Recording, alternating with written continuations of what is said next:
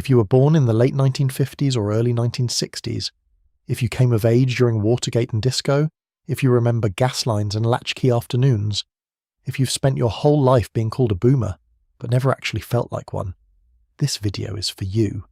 Because you're not imagining it. You're not confused. You're not wrong. The label was never describing you. It was describing someone else. And once you see why, a lot of your life will suddenly make more sense. Here's what that label has actually cost you. You've been blamed for boomer privilege you never had. You've been criticized for boomer selfishness. That was actually self-protection. You've been grouped with people who had a completely different childhood, a completely different America, and a completely different psychology. And every time someone says, okay, boomer, something feels off, because deep down, you know that story isn't yours. So why does the label feel wrong? Why do you recognize yourself more in Gen X than in the generation you technically belong to? Because you didn't grow up in the world people are talking about. You grew up in the one that came after it, and that difference shaped everything. The word boomer covers 18 years. 18, that's the difference between a newborn and someone who can vote, drive, and go to war. And yet we treat everyone in that window as if they had the same life. They didn't. Someone born in 1946 turned 18 in 1964. The economy was booming. The future felt stable. Opportunities were everywhere. They stepped into a system that worked. Someone born in 1962 turned 18 in 1980. After Watergate, after Vietnam, after the oil crisis, after inflation had already started eating everything away, they stepped into uncertainty. Same label, completely different reality. And if you were born toward the end of that range, you felt this your entire life. The label was never describing you. It was describing someone else.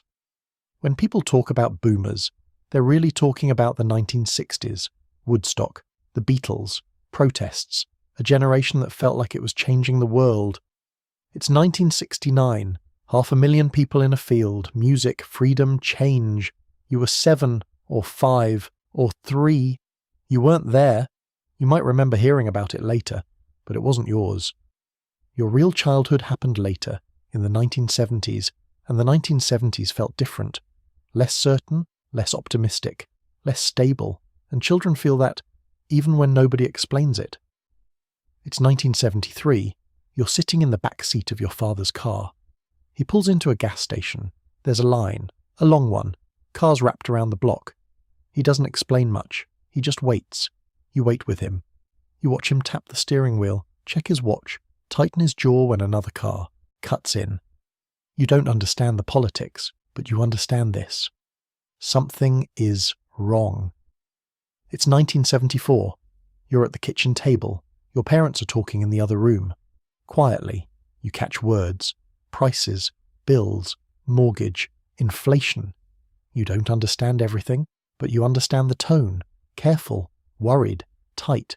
You walk in, they stop talking, smile, tell you everything's fine, you nod, go back to your homework, but you know. Children always know. You don't need the full explanation to be shaped by it. Psychologists sometimes call this economic anxiety conditioning. It means you learned to feel instability long before you could explain it. That's how you learned something early, that things can change, that stability isn't guaranteed, that what looks solid might already be cracking underneath. Early boomers grew up believing the system worked. You grew up watching it struggle. That creates a different kind of person. Then there was the house. It's 1975. School ends. You walk home, alone. The neighborhood is quiet. A dog barking somewhere. A lawnmower in the distance. There's a key around your neck. You open the door, and the house is empty. No voices, no one asking how your day was. You drop your bag, go to the kitchen, open the fridge, close it again, make something simple, and then you figure out the rest of your afternoon. No one calls, no one checks in, no one is coming for hours. This wasn't unusual, this was normal, this was Tuesday. Psychologists call this autonomous development.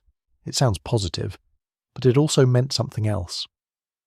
You stop expecting help. You stop assuming someone will show up. You learn to deal with things quietly. And most people never fully unlearn that. But that was only half the story. It's 1976, Saturday morning. You go outside, no phone, no schedule, no one. Tracking where you are. You find other kids, you build something, argue, fix it, disappear for hours, and the only rule is simple: be home before it gets dark. That kind of freedom barely exists anymore. It made you resourceful, creative, able to handle things on your own. But underneath that freedom was something quieter. The understanding that if something went wrong, you dealt with it, because no one was hovering. And over time, that creates something else. A pattern some psychologists call self-silencing, handling things alone, not asking, not sharing, even when you should. Later, people call that independence, but part of it was just necessity. Then the world kept reinforcing the same message. Watergate.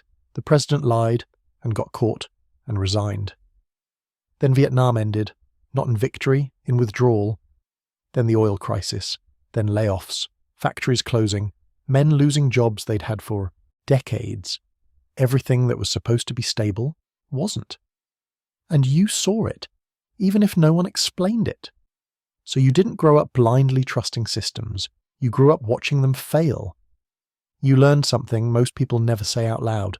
That official doesn't always mean honest. That permanent doesn't always mean permanent. That following the rules doesn't guarantee safety. Not loudly, not dramatically, just quietly. You became careful.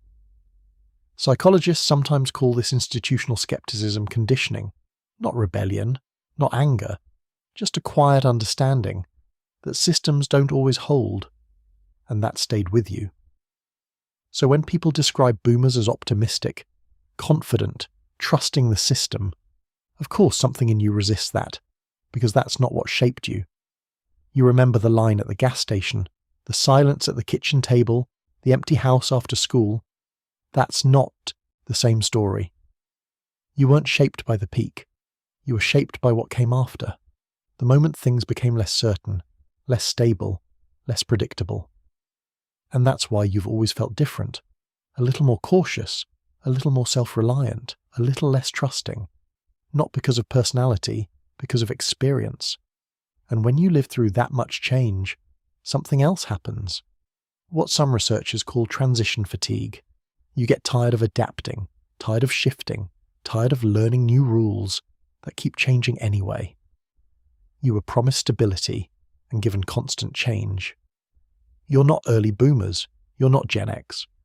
You're the bridge, the transition, the part nobody really named. Too young for one story, too old for the next. And when you live in that gap long enough, you start to feel like the gap itself. So if you've spent your life thinking, I never really... You were right. You weren't imagining it. The label didn't fit, because it wasn't your story. You were shaped by something else, something quieter, something less talked about.